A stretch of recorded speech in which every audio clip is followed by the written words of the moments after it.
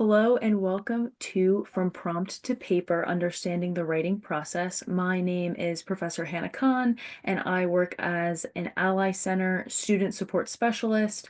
And so I tutor students in writing, college success strategies, time management, research, anything that really helps students on their academic journeys.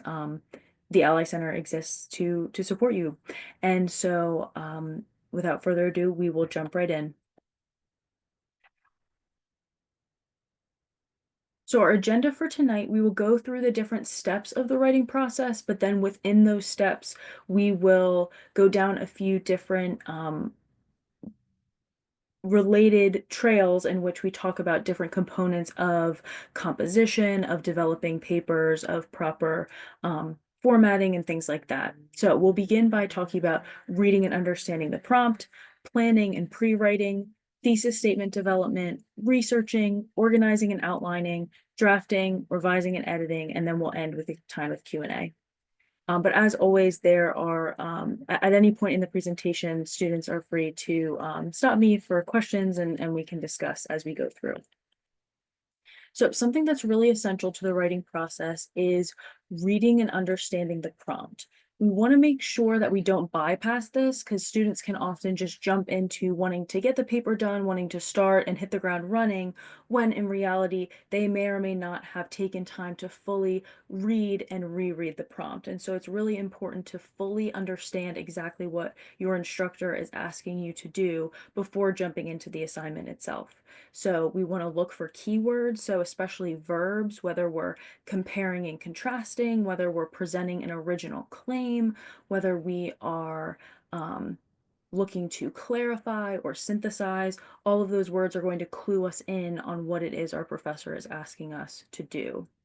Further, we want to get clarification if we aren't totally sure on what it is the assignment is asking us to do. So it's really important to reach out as early as possible if we're needing any clarification. And then, as I noted earlier, it's important that we read and reread the prompt just to really familiarize ourselves with what it is we are being asked to do. From here, we'll jump into the planning and pre-writing stage. And so this is an important part to develop your ideas. So you've read the prompt, you understand the prompt, you perhaps have chosen a topic at this point, and now you want to develop your ideas. You want to generate some keywords for your preliminary research. So I recommend setting a timer and writing nonstop, maybe for 5 minutes, maybe for 10 minutes, and just letting yourself go, letting your mind just flood with ideas and not worrying about spelling or grammar or punctuation at this point in the writing process, but just getting your ideas on paper. Many students find that it's helpful to actually use a physical pen and paper to write their ideas out. So then there's no spell check or, the dreaded red dotted underline underneath a line. There's no outside editing services or Grammarly correcting you. It's just you and the paper, and you can just get your ideas out in that manner. I recommend for students during this time to keep writing, to not stop, to just let the ideas flow and avoid overthinking. So not everything that we write in the free writing stage is going to make it into the final paper.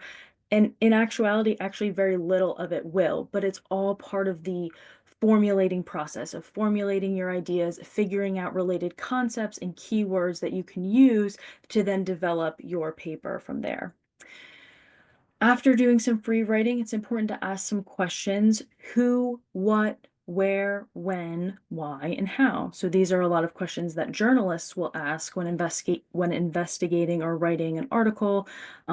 It's important to ask those questions about your topic. And so that's going to help generate ideas for research, generate ideas for keywords. So keywords are the words that we use in the search bar when we are searching online or at the library, preferably online through the library, for our sources. And so if our topic is theological in nature, and if we're talking about salvation, well, the study of salvation is soteriology. So we might be using the word salvation, soteriology, saved, gospel. There's going to be a lot of different keywords that we can use that will generate different search results. And we'll talk about that a little bit later as well when we talk about researching and writing.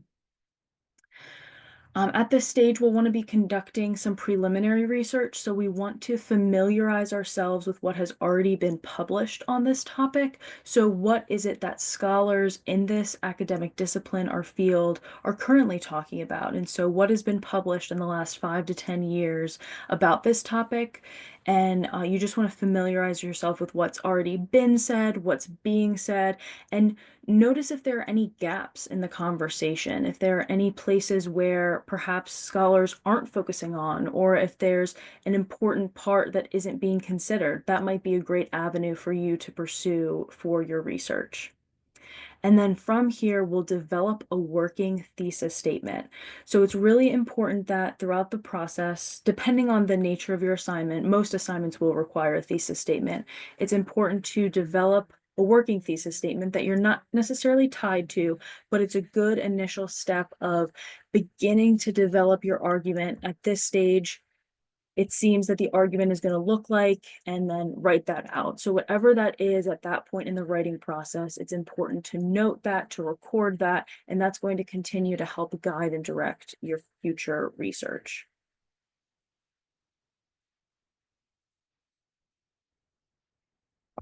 Any questions at this point?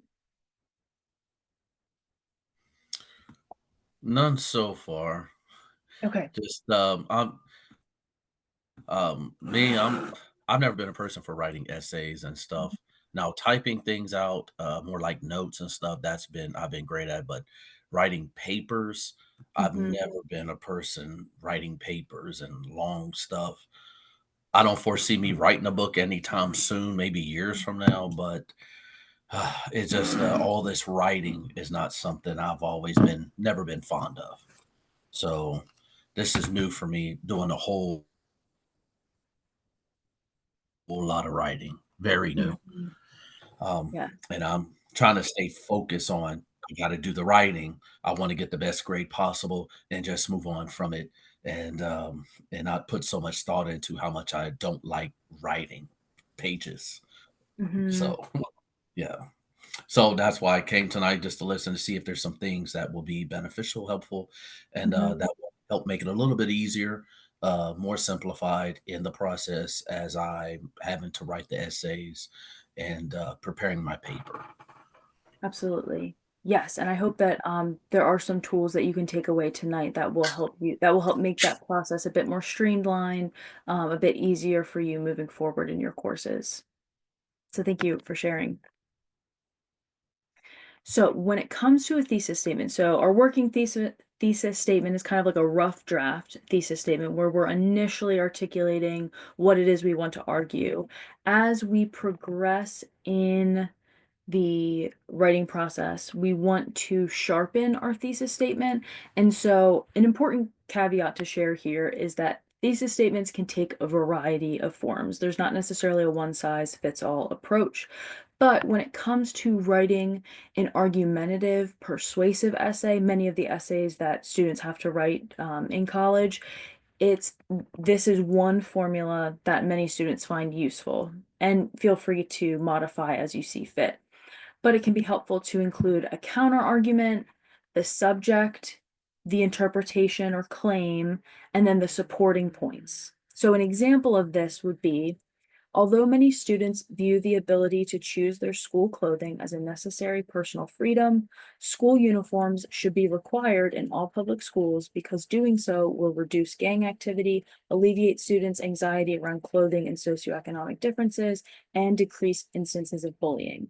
So, as you can see here, this is an argumentative essay. So, the writer chose a topic that is controversial: school uniforms and whether they should or shouldn't be required in public schools, and built a case for the necessity of uniforms. And so the writer included the counter argument: although many students view the ability to choose their school clothing as a necessary personal freedom, then the writer ultimately asserted his or her claim: school uniforms should be required in all public schools because point one, point two, and point three.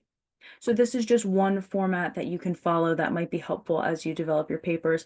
Again, it's not necessarily it's not going to be a one size fits all because there are going to be different complexities and nuances in different classes and different topics, but this is one format that many students find useful. Additionally, when writing an argumentative essay, here's just a few examples. We'll just look at one.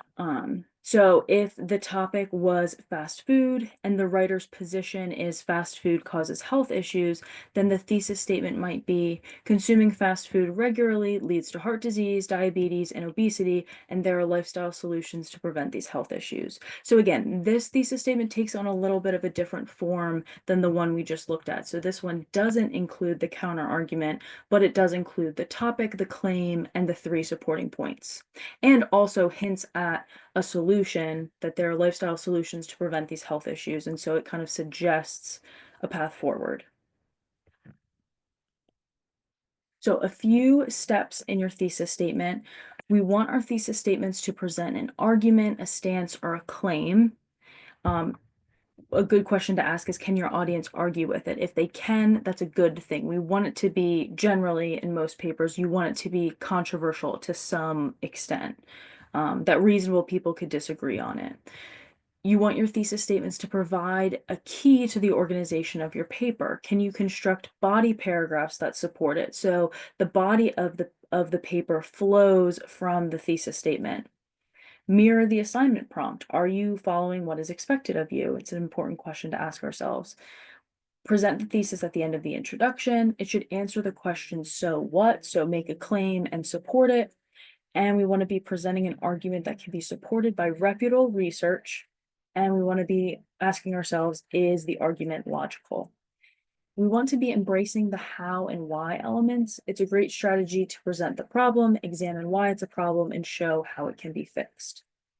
Or even just a controversy and then a solution or like a remedy to that controversy. So a few things that we don't want to be doing in our thesis statement. So in our thesis statements, we don't want to just be announcing, this paper will argue or this will be shown in this essay. Now, professors have different opinions on this. Some professors may actually ask students to do this, and then some professors are opposed to this language. So it's always important to ask your instructor what his or her preference is on that. We don't want to be just stating a fact. So we don't want to just say some high school seniors decide to take a gap year. That's a well-known fact that is a choice that some high school seniors make. Now, if you wanted to make an argument on that, you could talk about the benefits of taking a gap year, but you don't want to just state a fact in your thesis statement. We don't want to be including overly broad or generalized statements like kids of this generation are lazy. Well, that's really not a helpful argument to make because that's not something that can be really well researched. You want to make a specific claim that can be backed up by research. We don't want to force the reader to guess what the paper will prove or discuss. We want to be specific in the topic, in the claim, and in the supporting points. And we don't want to ask questions in our thesis statement. We want to be providing answers. Any questions about that? So far, no, just a lot of writing. Yes. Yep. I understand. A few more notes on the thesis statement. We want our thesis statements to be an argument that takes a debatable stand on an issue. We want to be thinking like a lawyer and defending our cases, defending our clients. We want to remember that thesis statements are not a description, a summary, or merely a statement of a topic. They can and should be revised further as you refine your evidence and arguments. So as you continue to research and draft and write, you may want to modify your thesis based on new information you learn. And that is not only okay, it's actually encouraged. It's part of the academic research process. New evidence often requires you to change your thesis. And finally, the thesis statement gives your paper a unified structure and point. A few ways of thinking about the thesis. We want to think of the thesis as a backbone. So it is like the spine structure that holds everything together. It gives structure and support to the rest of the body of the paper. It is a blueprint. It shows not only like what your argument is, but the scope of your claims, how readers should interact with what it is you're arguing. And then finally, one of my favorite analogies or similes is that thinking of the thesis as a roadmap. It gives your reader direction. It shows exactly which points you're going to hit on, and it guides your reader through those points. And so we'll be returning to this simile throughout the presentation, but it's really important that the thesis statement is the roadmap for the paper. We don't want to just be, we want to make sure that our voice as the writer is the most prominent in a paper. We don't want to just be including so much outside research that our voice gets buried or lost. We want to be the ones guiding and directing and leading the reader through the paper. So our voice should always be, the writer's voice should always be the most prominent in a paper. And the thesis helps provide that structure. So switching gears a little bit. So when it comes to the writing process, once we've done some free writing, brainstorming, we have our working thesis statement, we're refining our thesis statement, we need to do in-depth research. We need to know what it is we're arguing, what scholarly sources are saying, and so we want to be finding reputable, credible sources. So we want to use the LBC library because it has a wealth of resources available to us. Why use the library? You're more likely to find relevant scholarly sources there than just a regular internet search. And relatedly, when you just do an internet search, that often leads to misinformation and just getting information based on algorithms, whereas the library is a little bit is a lot more combed through. It's generally reputable sources. You're less likely to use biased or misleading sources. The information is organized. The library offers curated collections, especially in the research guides that are organized by topic and courses. And then, yeah, it's just really, really useful. But with that, we still want to note a few caveats. A library resource is not necessarily scholarly, accurate, up to date, trustworthy, because we want to be remembering that not all sources are created equal. So just because it's in the library doesn't automatically mean it's reputable. It means it's much more likely to be reputable, and especially like a peer-reviewed source in a scholarly journal. Well, that's going to be reputable, but the library might include like a newspaper article from 100 years ago, and at the time, the newspaper writer probably didn't have as much information on that event as we have today. And so we always want to be double checking our research with our reputable peer-reviewed scholarly articles, and just double checking anything that we find. So when using the library, we want to begin our search with the main search bar, but we don't want to stop our search there because that generates a lot of different results. We want to then refine our search. So we want to try out a few different keywords, but then we also want to search by subject and discipline. So if our topic, again, is maybe a theological topic, we could go and search certain biblical or theological databases that have specific like sources that are geared towards those topics. And so you'll be able to find a lot more experts in that field, a lot more research that's been done, as opposed to just the main search bar that searches far and wide, and it might generate not all related sources. So relatedly, you'll want to use databases. You'll want to use research guides, so you can access these on the library homepage. So you can scroll down to research guides. Many courses at LBC actually have their own research guide. Excuse me, which has been curated by an expert in the field. And so there are different sources and databases that are already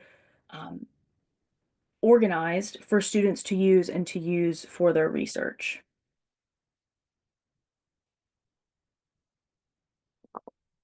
As we go through our research process, we also want to adjust our search parameters.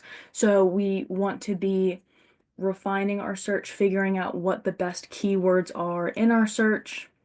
We don't want to forget about print sources in a day and age in which so many things can be accessed online. There's also a lot of really wonderful print books and resources that are housed in libraries. And so we also want to look at those as well. And then if we come to a spot where we're kind of getting stuck in our research process, we always have the option of asking librarians for assistance. And so the LBC librarians are wonderful, and you can actually book one-on-one research appointments with them, and they can help you in your research process. So you can book those through the library for a variety of time allotments, depending on how much help you're looking, or how many sources, how big the research project is. But that's a really wonderful resource to take advantage of. So within the library, when searching, there is searching that's called Boolean searching, and that helps to refine the results in your search. So if you use the and in all capital letters, it will join two of your search terms together. So say you want sources that are on physical fitness and a Christian worldview. So you're writing something about physical fitness from a biblical worldview. You would put these two terms in quotation marks, and then you would have and in all capital letters between them, which will then search for sources that contain both phrases. Relatedly, if you're looking for sources that contain like either or, you can use or in all capital letters. Or if you're looking for, physical fitness, but in a secular view, so outside of a Christian worldview, then you might say not. So physical fitness, not Christian worldview, searches for material on physical fitness that does not mention a Christian worldview. So those are some really important things to keep in mind. I think it's important to know how to optimally use the library and not just be searching random words and wondering why we're not getting the results that we're getting. We need to tell the search bar what it is we're specifically looking for, because there are hundreds of thousands of sources and the library is searching far and wide to find those. And so we want to be really specific about what it is we're looking for. Additionally, we have the option of wildcard searching. So using an asterisk or a question mark while searching can be a great way of expanding your search or searching a topic multiple ways at once. So say you're writing on something related to the environment. If you do environment asterisk, it searches for environmental, environment, environments, all at the same time, which is really great because sometimes there might be a source that is talking about the environment, but it's using the word environmental. And so if you just search environment without the asterisks, you might not even get that source. And so this is a great way to ensure that you are finding more sources related to your topic. Relatedly, you can also, if you do like polity, you could search politics, political, politicians, all at the same time. And then question mark searching, if you do like woman with a question mark, then that'll search both woman and women, so singular and plural, which will then help expand your search as well.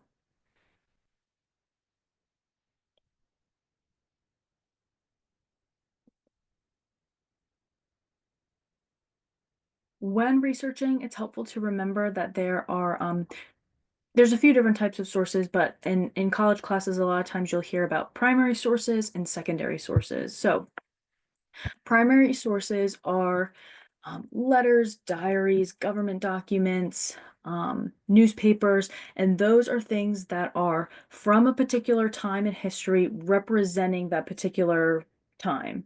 Obviously, it doesn't speak for like everyone in that time, but it's kind of an artifact, it's evidence from that time. Whereas secondary sources are articles and books that explain and interpret certain historical events, people, ideas. Um, those are going to be a lot of like the scholarly articles that are analyzing different events, ideas, research, so on and so forth. So, depending on your topic, you might be using a mix of the two. You might only be using secondary sources, but depending on what it is you're writing about, primary sources can be really, really useful as well. But that kind of gets into that caveat from earlier that not everything in the library is going to be 100% accurate, because there might be a diary entry that it was someone writing at a certain time period, but he or she might have been writing inaccurate information.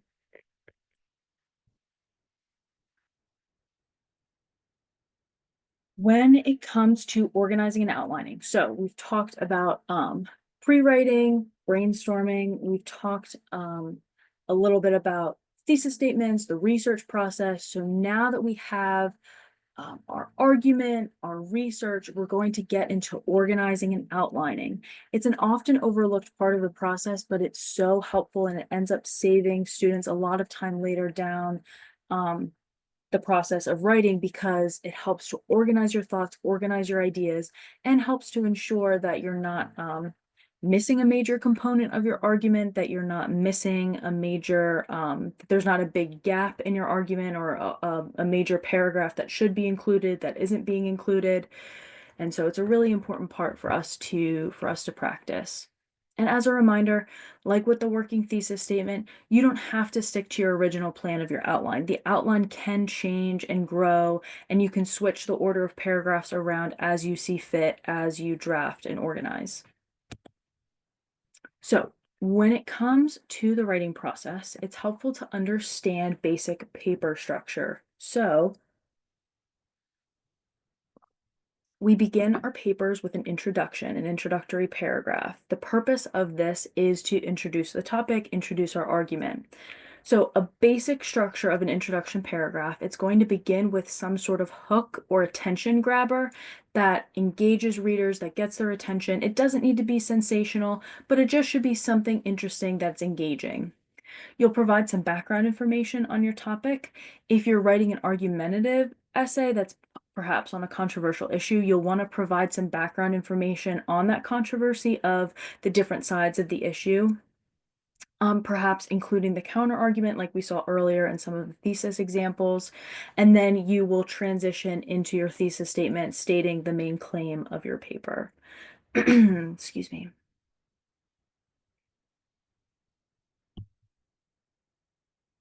Okay. And then going into your body paragraphs will begin with a topic sentence. So the purpose of a topic sentence is to alert the reader to the topic or the main point of the paragraph.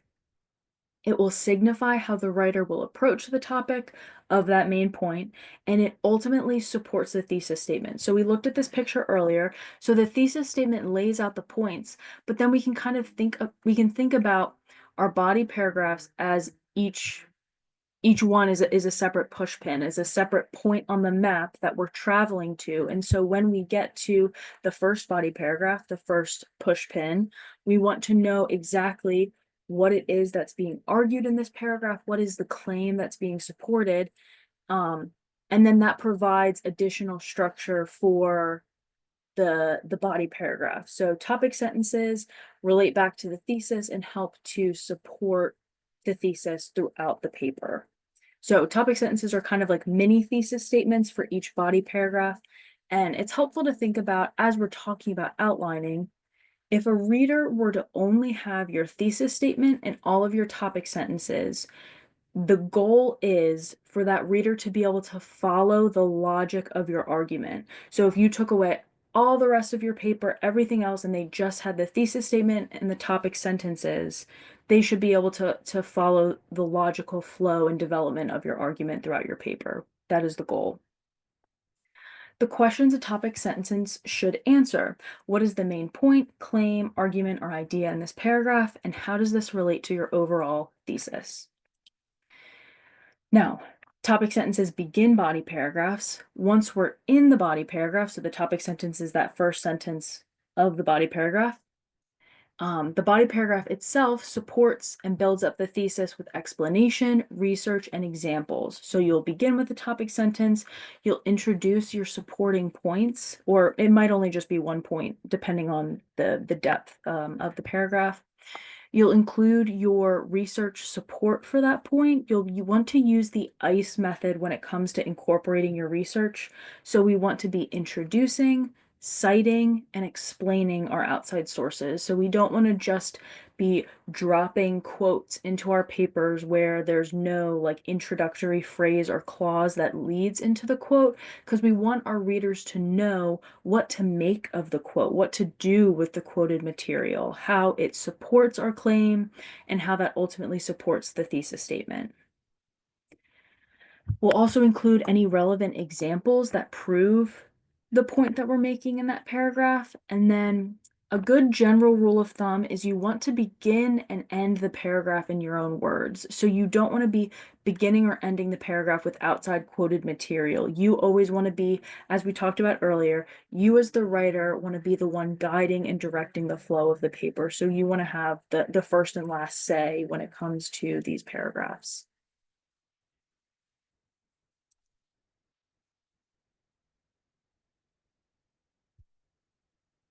So throughout the paper, you'll have several body paragraphs. Depending on the length, you may only have 3 body paragraphs, like in a classic 5-paragraph essay, intro, 3 body paragraphs, conclusion.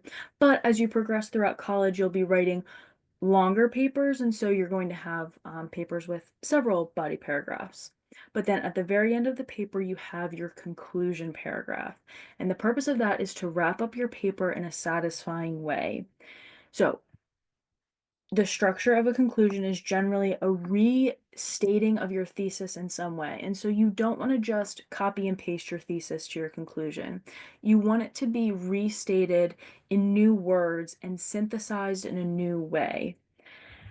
And then that will transition into answering the question, so what? So now that you've gotten through your argument, you've proved your points, you've included your research, we want to really leave the reader with something meaningful to walk away with. So, why is this topic relevant? Why is this important? You want to be answering that question in the conclusion. And you could do this by providing practical implications or applications of your argument.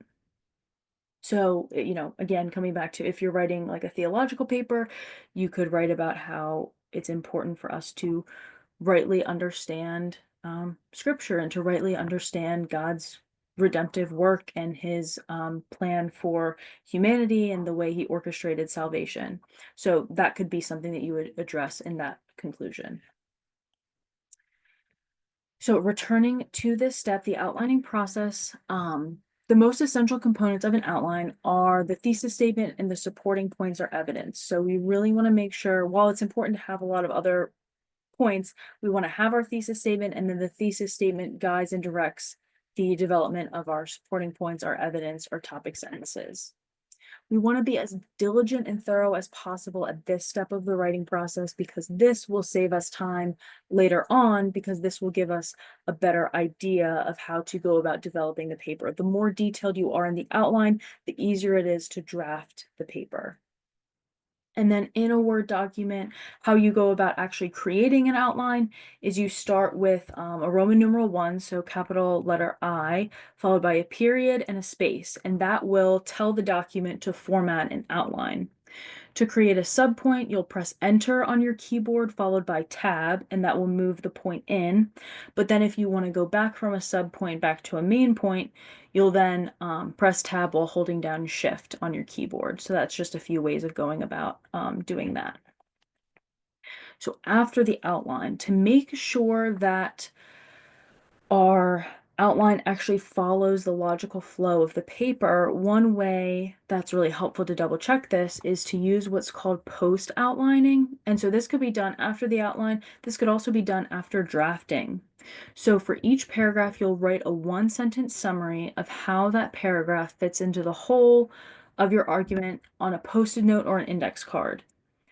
And then you'll rearrange your post-it notes in a logical manner and reorganize the paper as needed. So you might realize when you actually write out the essence of your argument, 2 of your paragraphs need to be switched, or maybe you need to add in 1 more paragraph to connect your ideas better. It's just a really helpful, tangible way to double check your work. So in the drafting stage, so after we've completed outlining, now we're actually going to begin really writing the paper. The focus on at this stage is getting content on the page. So we want to be taking our outline, developing it into paragraphs, but still at this point, we want to avoid getting lost in the details. So, excuse me, it's really important that we allow ourselves to make mistakes in this process because that's what then revising and editing are for. So it's okay that things are still not perfect at this point. We are just continuing to get more cohesive paragraphs on the page. So a few drafting strategies that can be useful for students is to try as much as possible to not start from scratch. That's why we make an outline. We want to build on what we already know and any notes that we've already taken. So we want to have an outline. We want to have some research notes. We don't want to just sit down to write a paper and open up a blank document. That is very overwhelming. We want to have a plan going into the drafting process.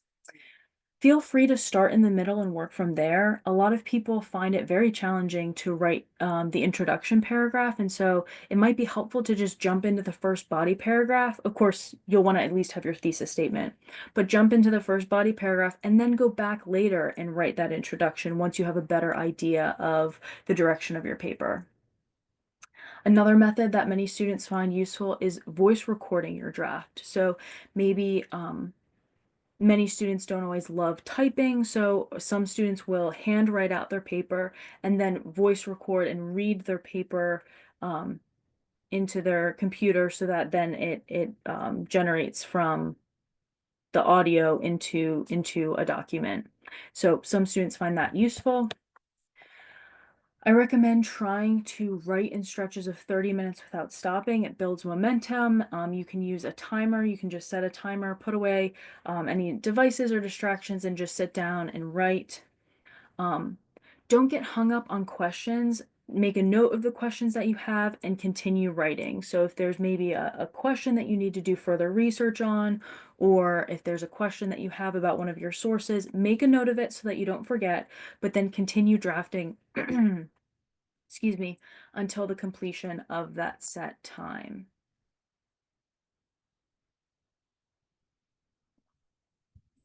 Feel free to switch up your method of writing, whether that's typing and then you want to do a little bit of physical writing, or you write with your paper and pen and then you switch to typing. Feel free to see what works best for you. And then I recommend maybe trying changing your setting, maybe studying in a library or in a coffee shop is useful to just kind of change up your scenery. And then feel free to change your strategy. Working on developing point A and you've reached a roadblock, turn to a different point of the paper and continue, point B or the introduction. So maybe you've started a paragraph, you're kind of hitting a wall, so then you switch to another part of the paper to work on. And then, as I mentioned earlier, we want to be minimizing distractions. So as much as possible, if we can silence notifications, not check our email, that's going to really help us stay focused on the task at hand. And then something that I like to include is just some reflection questions as we go throughout the evening. So, which drafting strategy or strategies would you like to implement this term?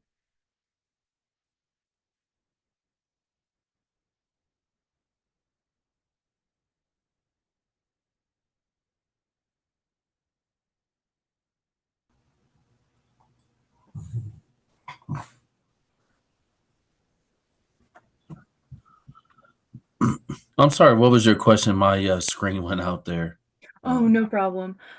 Which drafting strategy or strategies would you like to implement this term that we reviewed on the previous excuse me slides?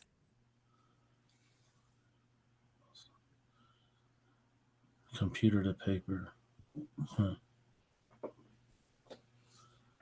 You talking about the writing method or writing mode? Excuse me. I'm sorry. It just Oh, yes. yeah. Yes. For me, it'd probably be just probably go from pen to a computer. Mm. Yeah. And feel free, I mean, if it's helpful to like draft on paper, then you could also use like a voice recording option to then read your paper that you've already written on paper, and then it'll generate in the document because it takes the audio into the document. So that is an option on Word. Gotcha. Yeah, thank you for sharing. I Go ahead. No, I said I never knew that Word had that, where you can be able to, speak it, because 'cause Yes. I've always just used Word just to type up, Mhm. whatever it is, but I never knew they actually had, where you can speak, so that might be something that sounds like something new that Word, makes available. Yes. Yes. Awesome. Yeah, I'm not sure when they added it, but I know it's somewhat recent. Um, Gotcha. I believe in the last few years. But yes, it's a great feature. Of course, it's always important to go back and edit and revise because sometimes the computer doesn't hear us correctly. But it can save a lot of time if you've already handwritten out your draft, not having to then physically type it up, since you've already written it. And then, so after outlining and drafting, the two of the final parts of the writing process are revising and editing. So a lot of people group these two together and they are related, but they are distinct. So revising is more content focused. So we want to do revisions first, where we go through, excuse me, and make sure that the content is clear, that the argumentation is clear, that our points are being supported by research, that our thesis statement is clearly supported throughout each one of our topic sentences, each one of our body paragraphs, and that the content in the introduction and the conclusion um, go together in an effective way.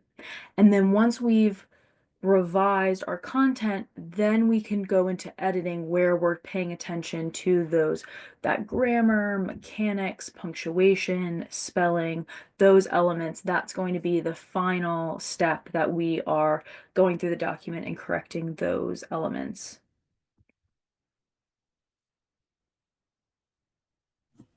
I have a quick question. Mhm. After writing the paper and Yes. everything is finalized, it's all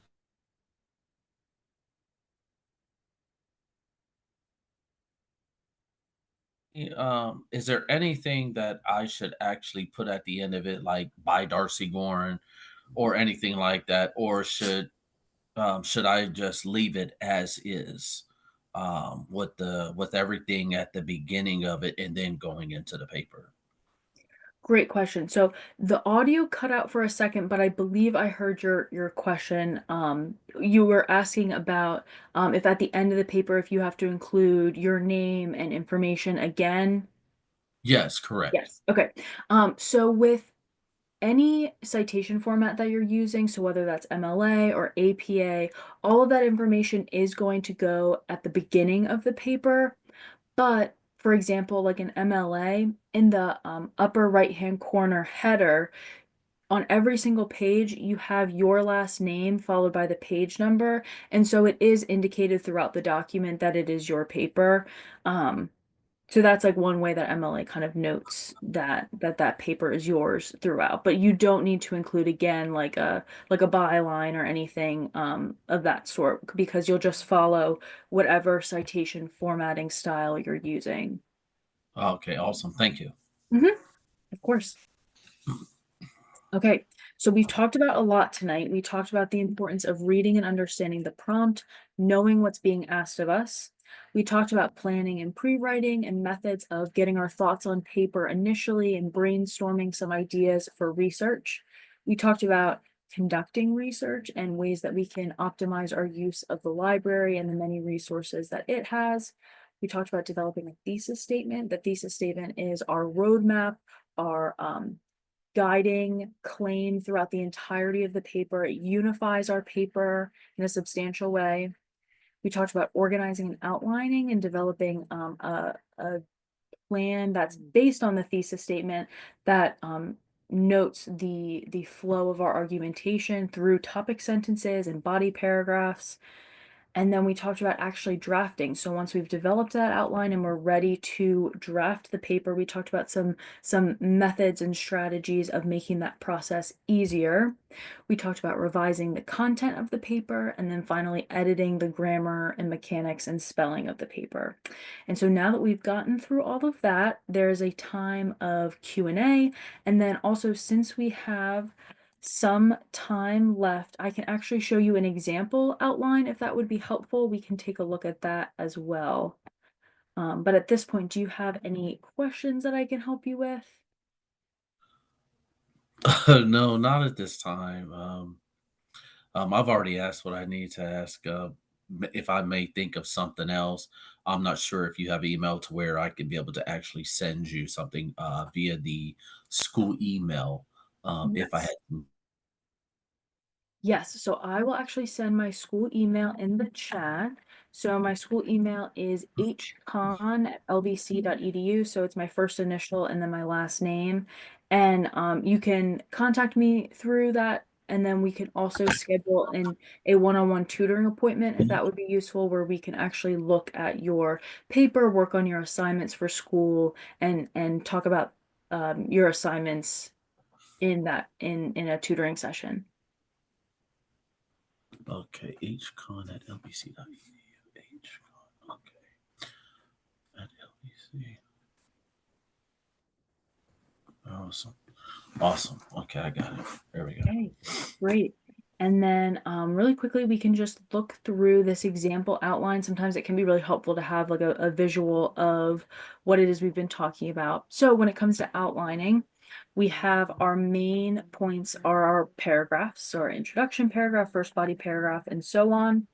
So in our introduction, we talked about having a hook, having some background information, and then we want to transition to the thesis. Now, granted, this outline hasn't been fully developed yet, but these are the main components. So say you're writing about a paper about Genesis 1 through 3, and your thesis statement is Genesis chapters 1 through 3 contains the account of God's perfect design, humanity's fall, and God's loving redemptive plan for people to be restored to a relationship with Him. Then the paper is going to be organized based on that thesis statement. So our first body paragraph is going to talk about God's perfect design, point one. Body paragraph two is going to talk about point two, which is humanity's fall. And then the third body paragraph will talk about the third point, which is God's loving redemptive plan. And in these body paragraphs, you'll have your topic sentence, your supporting points with evidence, and then you'll end with your own words. And then finally, when we get to the conclusion, we'll restate the thesis, we'll answer that so what significance, the significance of the topic, and then we'll have our final statement that wraps everything up in a satisfying way. So that is a basic rundown of an outline. Is there anything else that I can help you with at this time? Would there be any way what you just posted there showing that, could you be Mhm. able to send that to my school email, and that way I can actually get a really good idea of, because that should be the first page.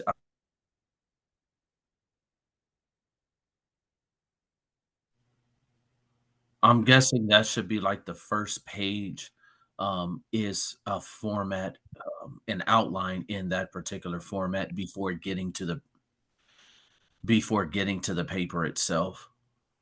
So I can send this to you and you can definitely use it as like you can delete the things that I wrote and then just use it as a template for future Yes. outlines.